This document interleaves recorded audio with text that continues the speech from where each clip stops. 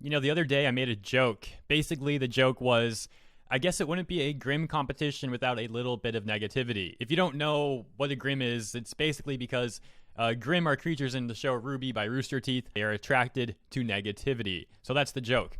Now that said, it seemed like a lot of people were kind of moving forward and ready to move on with this contest. But Rooster Teeth just shook everything up by making a statement that, in my opinion, is completely...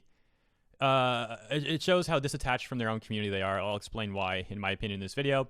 And I'll talk about the remaining contestants and the whole 9 yards. Let's take a look. So here's the statement from Rooster Teeth. And let me point out right away how they are getting ratioed on their own website, which is quite shocking. It shows how much people, don't agree with this decision. They have 29 likes, 178 responses, again, on their own website. This is roosterteeth.com. Pretty crazy stuff to have that much backlash on your own site. Now, let me just mention this before we read here. If you saw my coverage with my initial coverage about the competition, to be honest, I was defending Rooster Teeth a bit, if you saw that video, because they were getting a lot of heat from people. And I said, basically, let's dial it back slightly. It's not like Rooster Teeth is the first company to hold a contest like this where they don't offer a monetary award, etc., etc. I did criticize Rooster Teeth, and I gave them some suggestions on how they could improve the contest rewards for the contestants, but I defended them on some level as well. I try to be as fair as possible as to Rooster Teeth as I can, and I will admit there are some videos where I have been a bit too hard on them, but I think by far most of my videos are very fair on them. Like, the times where I've been too hard on them, in my opinion, is like maybe 2 videos out of all the videos I've made talking about the business decisions of Rooster Teeth. With that said, let's take a look at the statement here. It says, "Good evening. This is an update on the RWBY Grimm art contest. First, we would like to thank all the artists who participated for their hard work on their Grimm designs and appreciate the time and creativity that went into their submissions. As our community knows, we don't tolerate harassment." Okay, so let's highlight this in a moment.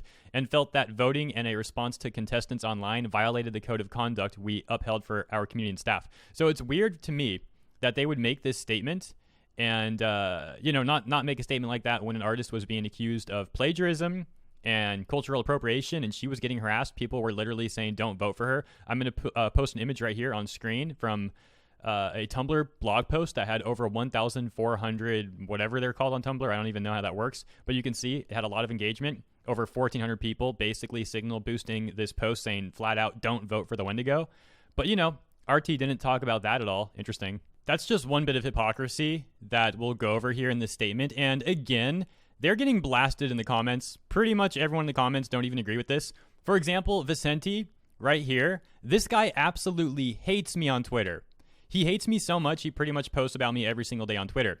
But even Vicente is saying, one question, did you actually went and verified this with any Native American representatives, or did you just believe what some random people on the internet told you? So if you don't know what he's talking about, we'll get to that. That comes later in the statement. But the point is, even people who absolutely hate me are disagreeing with Rooster Teeth on this one. Let's continue on. So they say that this part's weird too in the highlighted area. Going back to that again. They say, felt that the voting and response to the contestants online violated the code of conduct. You guys decided to make the voting in this manner. I mean, take some responsibility for yourself, Rooster Teeth. They want to blame the entire community on this or something? Very pathetic. They say, for this reason, we closed voting, and instead we will select a winner via a panel of judges from the show. Oh, wow. We are also reevaluating how to structure future contests to foster positive interaction while engaging artists in our community. From the get-go, as I mentioned, the rewards in this contest were a bit scuffed, and people were criticizing RT to present better rewards to the people. They didn't want to do that, but now they will consider how to readjust the structure of the contest regarding votes and stuff like that. How about better rewards for the finalists, for the contestants, man? Let's get better rewards out there for the people. Come on. They say, through the community feedback we received, we now recognize that there is a cultural sensitivity around one of the finalist designs. They're getting completely blown up for this statement. Again, multiple reasons why. The hypocrisy, for example, Volume 4 Knuckle Ave, we'll get to that. And also the fact that there was almost nobody even complaining about this. Cultural sensitivity, you're talking about, I'm not even kidding, maybe 50 people on Twitter, if that. A lot of them probably didn't even agree with the sensitivity. They were just signal boosting what their friends wanted them to signal boost, and that still only amounted to like 50 people. I would say 95%, if not way more than that, maybe close to 99% of the people involved with this contest didn't even look at it in that way, Rooster Teeth. And people who are actually from said culture are denying that it's actually an issue. But here you have Rooster Teeth acting like it's some great issue and that they are doing some like wonderful thing morally here. It's so bizarre, man. They say, we apologize for not being cognizant of responsive to this potential concern earlier. Yeah, why only now? Why only now? If you care so much about this, why not when the Wendigo was actually submitted? Or why not sometime sooner? They made the statement so late. They came out with this so late. And the other thing I want to point out too, it looks like Full Sail has absolutely no involvement in the statement from Rooster Teeth. I kind of feel bad for Full Sail here. I wonder if Full Sail is shocked at how poorly Rooster Teeth has been handling something that really wasn't much of an issue. Like, this whole situation is being handled so bizarrely from Rooster Teeth. They also say this: though we respect the artistry of the design and also know it was never the artist's intent to be insensitive, we have made the decision to not incorporate designs of that character into RWBY. But again, they'll gladly use the Knuckle Ave, which I'll get into more once we read this final bit here. They say, we feel that all 5 finalists are highly skilled designers and want to thank them for their work. You better be rewarding them, all 5 of them, as you said, which again could have been a lot better. But if Rooster Teeth, let's actually do a different color. Let's go with green there. Switch it up. If Rooster Teeth tries to get away with actually not giving the reward to the 2 contestants that are not in the finals anymore, because they're one of the finalists, Tina, she stepped out, and Mayuki has now been disqualified. Could you imagine if Rooster Teeth actually tries to stiff them on those rewards? I don't think that they'll do that. Rooster Teeth makes plenty of bad decisions. I don't think they would be dumb enough to make a decision that badly, especially when the rewards don't seem like they're, going to put Rooster Teeth out of much, except maybe some spare merch that they've had around. So we'll see. We'll see what they do on that. Finally, they write, we appreciate their understanding that we are moving forward with a panel judging. Excuse me, let me redo this. We appreciate their understanding. Are you speaking for them? It kind of sounds like you are here. Do they actually understand and agree with you? Maybe, but, I don't see that necessarily in the statement. I see you talking for them. That we are moving forward with a panel judging process to select the design that will be incorporated into RWBY. We will announce the design that will be incorporated into RWBY later this week. Thank you for understanding, and please be kind to each other. Okay, dude. I laugh snarky like that at the end because this is such a shame. I will fully give Rooster Teeth and Full Sail credit that they made a quick and just ruling when Mayuki was falsely accused of plagiarism. They ruled on that quickly, and again, quickly and justly, and I fully stand with them on that decision. I think they made the right choice, and they came out with that in a very, very timely way. But this is just so bizarre to me for a number of reasons. Plenty of reasons, which I'm sure I don't even, plenty of reasons they're getting backlash for this. I'm sure I haven't even gone over.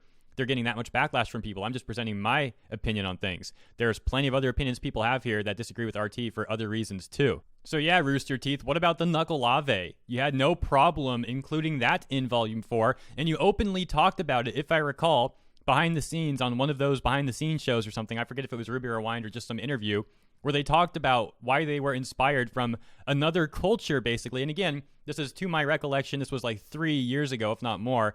I don't remember exactly what they said or who from RT was saying it. I think it was Carrie, but I'm not going to say factually any of this occurred. This is to my recollection, but I'm sure a lot of you can probably corroborate this, RWBY fans who have been with the show for a while. You remember what I'm talking about. And regardless from that, the fact is the Knuckle Ave is in the show in Volume 4, and they seem to have no problem taking that from another culture. So why is the Wendigo suddenly not okay to have? We can't have that in the show, but we included the Knuckle Ave. And look, man, people that are not even in my community, this guy doesn't follow me. I have no idea who this dude is. I just looked up Knuckle Ave RWBY on Twitter. And the point is, Rooster Teeth is getting heat from all sort of people that have nothing to do with me on this. Here's what this person says. It's unacceptable what Rooster Teeth has done. I'm just beside myself. I'm not sure if I can look at Rooster Teeth content the same. If Rooster Teeth were afraid of offending different cultures, why did you use the Knuckle Ave, Grimm? I'm Nordic descent and I don't like the Knuckle Ave. If you don't have a right to appropriate other cultures in your show, I want you to remove the episodes with the Knuckle Ave in it. I want all Grimm based off other cultures to be retconned and removed from RWBY.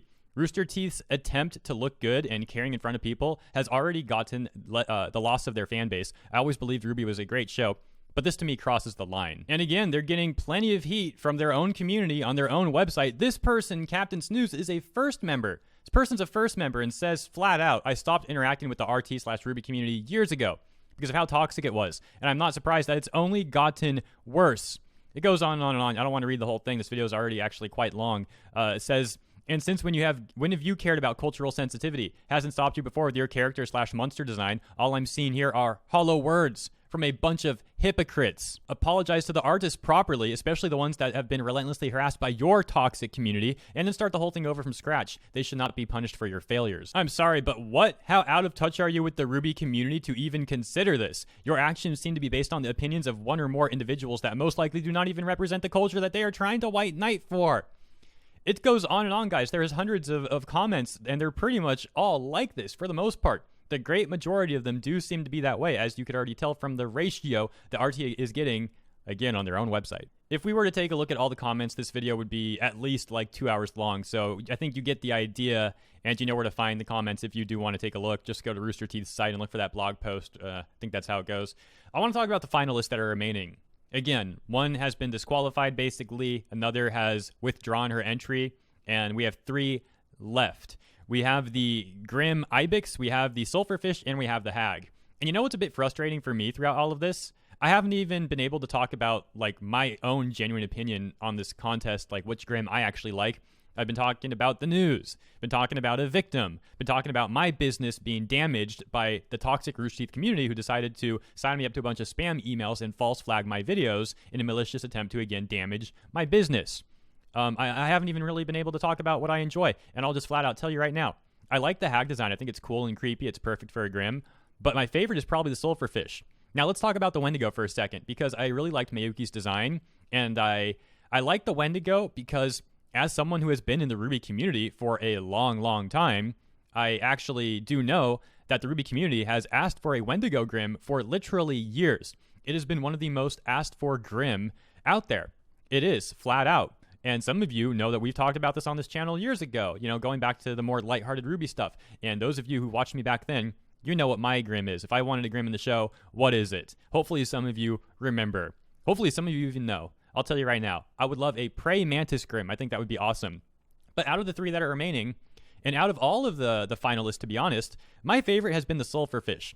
I like the Wendigo for the reasons I mentioned. It was a great design by Mayuki, great art, and I know that the Ruby community has wanted it for a long time, myself included.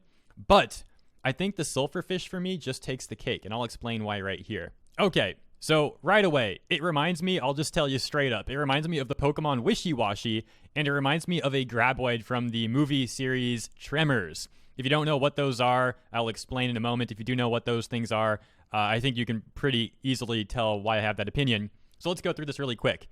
They start as like this little one. I guess this is a Sulfur Fish, right? They're kind of small and they swarm their opponent. For example, you can see here Ruby is getting swarmed by the Sulfur Fish.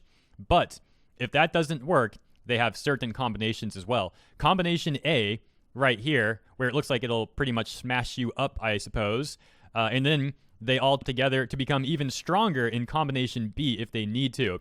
And B is the one that looks like a Graboid from Tremors to me in a way. It's really cool. And it reminds me of Wishy-Washy because they combine. Now let me explain that part. See, this is a Wishy-Washy. It starts in its solo form. It's like a fish. And then it has the school form where it becomes like a giant monster fish. They all combine together. And if you don't know what a Graboid is from Tremors, I'm only going to show one picture because they're quite disgusting.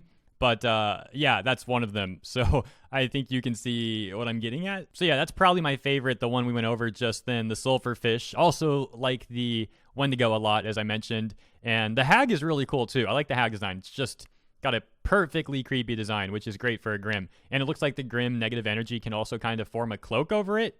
I don't know if that's what's going on here or if it actually has like a physical cloak. But I think if that is just like the negative Grimm energy, that's a cooler way of doing it. And I think that's pretty sick. Then there is the Ibex as well. Simple, but nicely designed. Finally, let me end with this. And I've got some comments here up on the screen just so you can take a look if you want to read while I speak. It's just such a shame, man. This should have been a nice little contest where the community comes together to support talented artists. RT and Full Sail reward them well. And it's a happy, fun event. And it just kind of feels like it got ruined in a way. Maybe that's putting it lightly. Maybe the whole thing is absolutely ruined. I don't know. I'm trying to be optimistic. I don't want to say entirely ruined because the finalists that are left, you know, they're talented. And it's a shame any of the finalists got disqualified or dropped out. Even Tina, I think it's a shame, man. This is not the direction the contest should have been. While I absolutely disagree with what Tina did to me, her accusation was very serious and no joke. I feel bad for her in a way, too. Listen, it's like, I don't know what her situation is, man. And while I do think she had some bad intentions for the contest, I absolutely do feel that way from what I've seen. I also don't want anyone, feeling terrible about things. I'm not that kind of person. I don't hold ill will or any of that. I didn't know who Tina was until a couple of days ago, and I was perfectly fine with that. But when she accused me of something so grievous and opened me up to potential liability, I had to go defend myself, because not only do I need to defend myself, but the evidence supported me. And that's why I put it all out there and responded the way I do. You guys know, there's plenty of people who criticize me or talk bad about me, and I don't respond to them. I handled it differently with Tina because, again, it was very serious what she said, and it had to be met with the appropriate response, which was collecting all the evidence, making my case, and putting it out there. And that's exactly what I did, and I don't regret that at all. I have people who previously didn't even like me that are supporting me on this because of how absurd it was. But that said, man, again, I don't really hold ill will towards Tina. I think it's a shame what happened to every single finalist here, and it's just a shame. I don't know what else I can say, man. It's a real shame, and what a mess. Thank you all for tuning in. I'd like to give a thanks to the kind people who promoted my 2 videos from yesterday. Shon M, Dinosaur King, Hunter Intimidator 0108, Pot on the Brain, DXTKJ, Shogun, Tony D, Phantom R, and then we got for the Bleach video, Pot on the Brain, Phantom R, Dinosaur King, Ice Cream is Just an Illusion, Shogun, Shon M, Florida Fool, Christian A, and DXDKJ. Thank you all once again. Look forward to catching you for the next segment in a few hours.